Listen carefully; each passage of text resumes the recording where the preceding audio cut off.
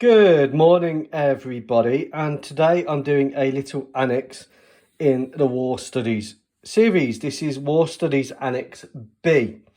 The problem is we can't move on to Part 2B and Part 2C of the Laws of War without tackling this subject. So first of all, this subject is in many ways a controversial subject.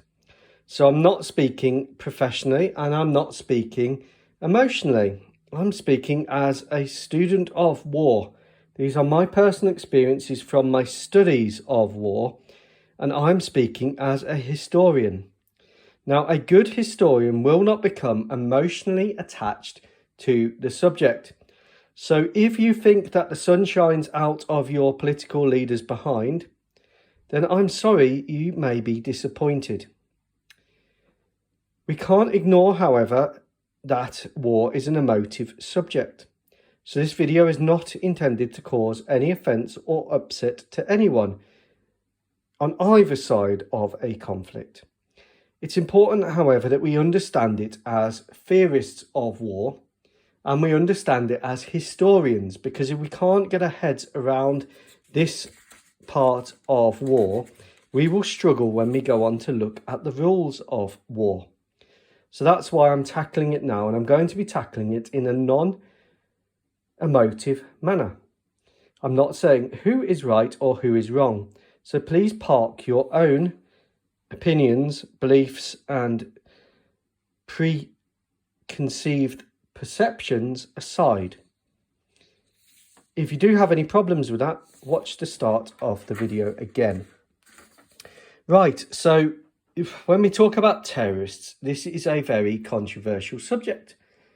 It fits into propaganda, it fits into media, it fits into law, it fits into the conduct of war, it fits into why people start wars, and it fits into who is allowed to start wars. So it's a really important subject area.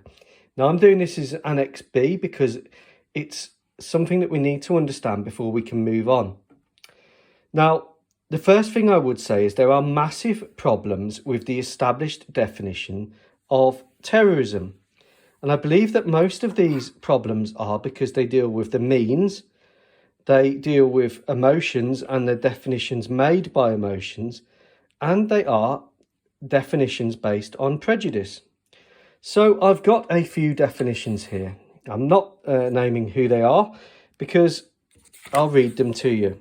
So the first definition of terrorist or terrorism is criminal acts, including against civilians, committed with intent to cause death or serious bodily injury, or taking hostages with the purpose to provoke a state of terror in the general public or in a group of persons or particular persons, to intimidate a population or compel an international government, blah, blah, blah, blah, blah. Now, the only thing I would take from this, and we need to look at, is we need to look at terror. And we need to look at the idea of compelling. And we need to say that it is to intimidate. Okay. Now, if we take these, I will put these on the side. These are the key points I pick from that definition. The rest of the definition continues on and on and on. And then if we look at the next one, the calculated use of violence or threat of violence to inculcate fear. Terrorism is intended to coerce or intimidate governments or societies in the pursuit of goals that are generally political, religious or ideological. I'm struggling to even pronounce it, there's that much in there. So here we have a connection with political, that's good. And then we have all of this stuff here. Terrorism is intended to coerce or intimidate. So we look at coerce. And again, we've got intimidate. Now, I believe that these definitions are utterly unworkable. To me, as a theorist of war, they are not worth the paper that they are written on. And we'll come back to them and I'll explain why. And this definition is a little bit better. International terrorist activities. Terrorist is the calculated use of violence or the threat of violence to attain political goals through fear, intimidation or coercion. Political, yep. Calculated use of violence or a threat of violence. Okay, Clausewitz would call that other means. Through fear, intimidation, of coercion. And this is where these definitions fall completely flat on their face. We take the concepts here. We've got fear. We've got intimidation. We've got that now in 3 definitions. And we've got coercion. Okay. Let's go back to part 1 and the understanding of war. War is a continuation of politics by other means. The objective of war is to disarm your enemy, force them to do your will. Okay, you're coercing someone to do your will through fear or the use of violence by other means. And that to me is where the definitions fall completely apart. Because all war involves fear. Okay? All war involves intimidation. All war involves coercion. And my wife won't be happy as I've drawn on the table. So, if you take this definition, you say, terrorist is the calculated use of violence or threat of violence. How is that any different to the work of RAF Bomber Command in World War II? And that is the problem with these definitions, is they completely get the means of war muddled up. The means of war in general is to cause your enemy to fear. It is to intimidate your enemy. It is to coerce them to do your will by disarming them. The bombing of Dresden and Hamburg during World War II was designed to coerce the German population to stop supporting the war. It was to break the enemy's will. And that's the problem with these definitions, is they're so focused on the means and they become emotive and they're based on prejudice. And they don't look at the big picture. They miss the fact that all war is about fear, intimidation and coercion. So for that reason, I pretty much discard these definitions of terrorism. From a theoretical perspective of understanding war, they are not helpful. They are too wrapped up in the means, the emotions and prejudice of the people writing them to be useful, in my opinion. The other area that we have a massive misunderstanding with, and this is generally a media misunderstanding, is the words terrorist states. So we go back to those definitions and we look at fear, intimidation, coercion. And we say, oh, Russia is attacking civilians in Ukraine. They must be terrorists. And we say Ukraine is attacking civilians in Russia. They must be terrorists. What's happening here is that there is a big misunderstanding about the obligations of states to comply with the laws of war and with attacks on civilian populations. Attacking a civilian population is a war crime. It's a breach of the rules of war. It does not necessarily make your state into a terrorist state.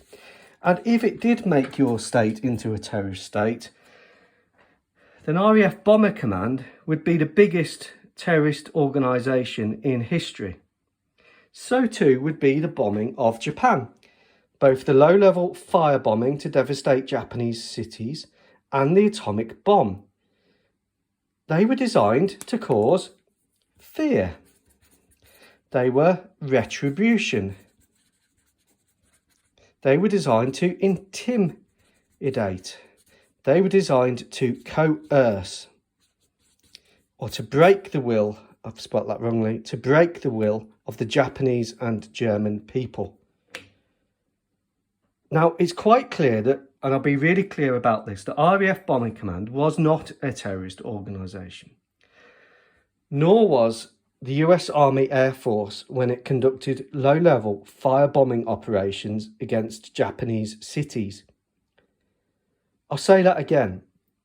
RAF Bomber Command was not a terrorist organisation. The US Army Air Force, when it conducted bombing operations at low level using firebombs in the Pacific Theatre, was not a terrorist organisation. The bombing of large areas of Vietnam in arc light and Laos and Cambodia was not the operation of a terrorist organisation. Because if you take these definitions and you just take them: fear, retribution, intimidate, attacking civilians, you would quickly get to the position that anyone who held or used nuclear weapons, or who had the threat of the use of nuclear weapons, would by those definitions be a terrorist state. And that is quite frankly unworkable, and that's where those definitions fall completely flat on their face. Now, what we have going on and why we get these definitions and why we get into this situation, in my opinion, is because people get confused between the way a war should be conducted, jus in bello, justice in war, the conduct of war, and these definitions become manipulated based on propaganda and fear. And what happens is you have instances where, for example, the Americans bomb large areas of Vietnam in arc light to cause fear, to intimidate, to coerce the North Vietnamese to sign a peace agreement. That is not terrorism. However, it may be a breach of the rules on the conduct of war.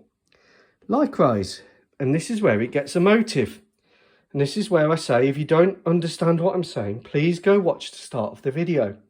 I'm not saying who's right and I'm not saying who's wrong. All states have an obligation, along with non-state actors, to adhere to the rules of the conduct of war. All states and non-state actors have an obligation to adhere to the rules for the conduct of war. It's often said that Russia is a terrorist state. You just watch the BBC. They're bombing civilians. They're using drones. They're attacking critical infrastructure. They're terrorists. No. Russia says Ukraine is a terrorist state. It's neo-Nazi funded far-right political organisation which is in power in Ukraine, which is attacking Belgorod. They're terrorists. No. Iran is a terrorist state, according to some Americans. Iran is conducting terrorism around the world. They're out to get us. They want to hijack us. They are a terrorist state. No. Russia, Ukraine, Iran, America, Britain are not terrorist states. No, no, no, no, no. They are states. And this is where we come on to where the plot thickens. I'll cover this very briefly because some of these states, like Iran, like the USA, sponsor illegal groups around the world. If you were to ask Turkey, a NATO member, whether the Kurdish separatist movement is a terrorist organisation, they will say yes. Now, the PKK is defined as a terrorist organisation. The YPJ, however, is not. It is a US-sponsored organisation protecting the oil fields in Syria. So here we have a NATO ally of America, Turkey, fighting a war against the PKK, who it regards as a terrorist group, fighting a war against the YPJ, which is sponsored and run by its NATO big boss, America. Now, what makes groups actually terrorist, in my view, and the difference between a state and an illegal terrorist organisation, is that they are not state actors. They are illegal groups. Now, Iran does support Hamas, Hezbollah. Hamas is a prescribed terrorist organisation within the United Kingdom. Supporting them is to support terrorism. The IRA, taking up weapons against the British state. Many supporters of the IRA believe that they're engaged in a war against the British state. The British state, however, defines them as illegal actors. They don't have a right to force. In the same way that the Russian support of separatists in the Donbass was illegal and is illegal under Ukrainian law. And that is an area of the Ukrainian state. So let's move away from definitions based on fear and intimidation and look at definitions based on legality. Who is and who isn't legal? Now, this is different to domestic laws. And I'll cover this very briefly because we need to understand this. Within the United Kingdom, we have the Terrorism Act. The Terrorism Act says if you join Hamas, you are becoming a member of a prescribed terrorist organisation. If you join or support Hamas at a demonstration and chant for Hamas, you are committing a criminal offence, and ultimately you can be jailed for that. Now, what's interesting is inside the state, and this is in the British state, any state will do, you have acts defining who and who isn't a terrorist. But when they commit terrorist acts, they're not just tried for members of these groups or terrorism, they are often tried for murder. Because what they are doing is a crime. It is criminal. It is a crime to possess explosives and weapons of certain types within the United Kingdom. And this is governed and regulated by laws. So what we have here is we have what is legal and we have what is illegal. Okay. So within each state, what is legal and what is illegal is defined. And that to me is the clear definition between terrorism and non-terrorist actors.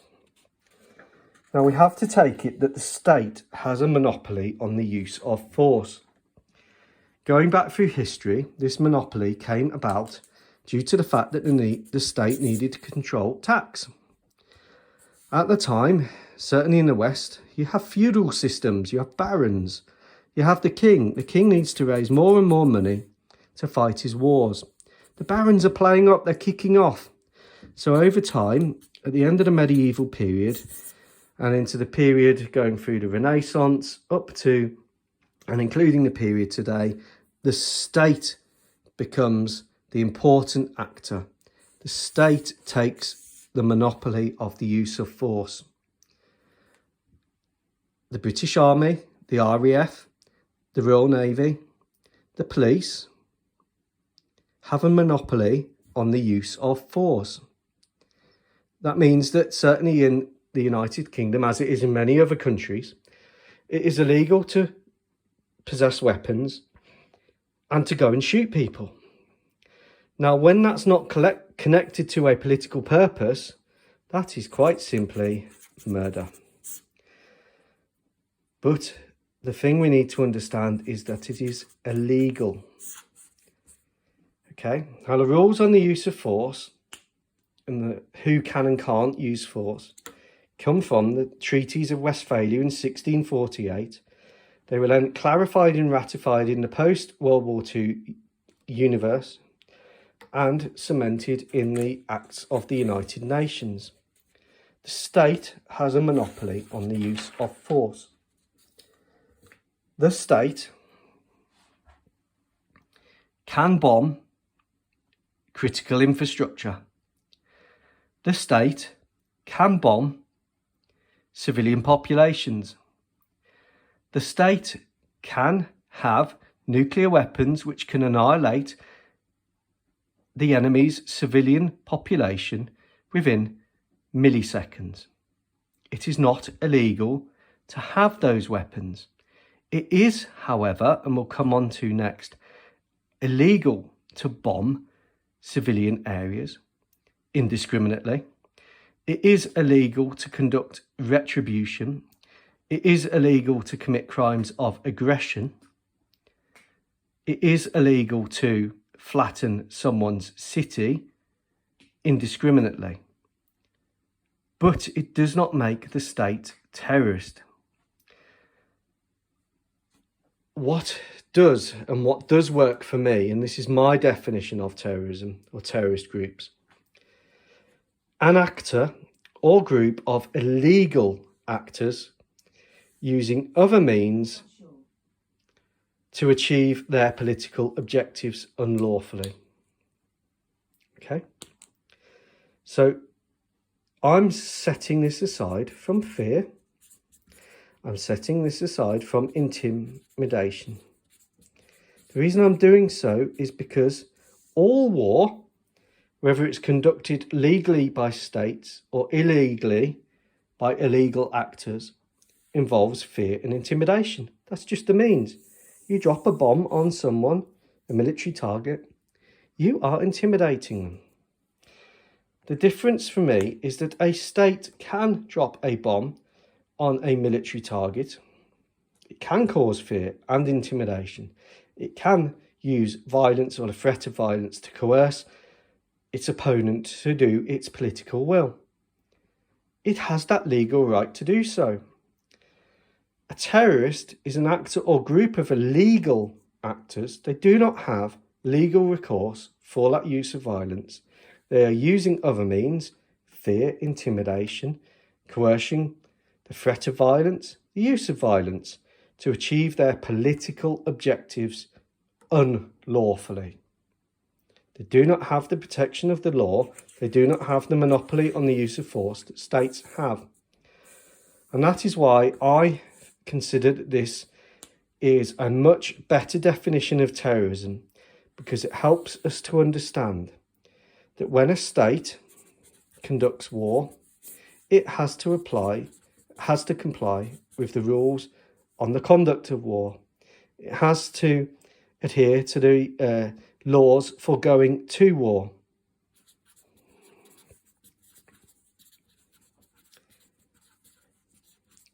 It uses fear, intimidation, violence, threat of violence to achieve its means. When it does bomb civilians, it is breaking the laws of war. When it does start a war with its neighbour to take some land and dress it up as self-defence, it is breaching the laws for starting war. The state, however, is a legal actor. When we look at terrorists, terrorists will always have a political purpose.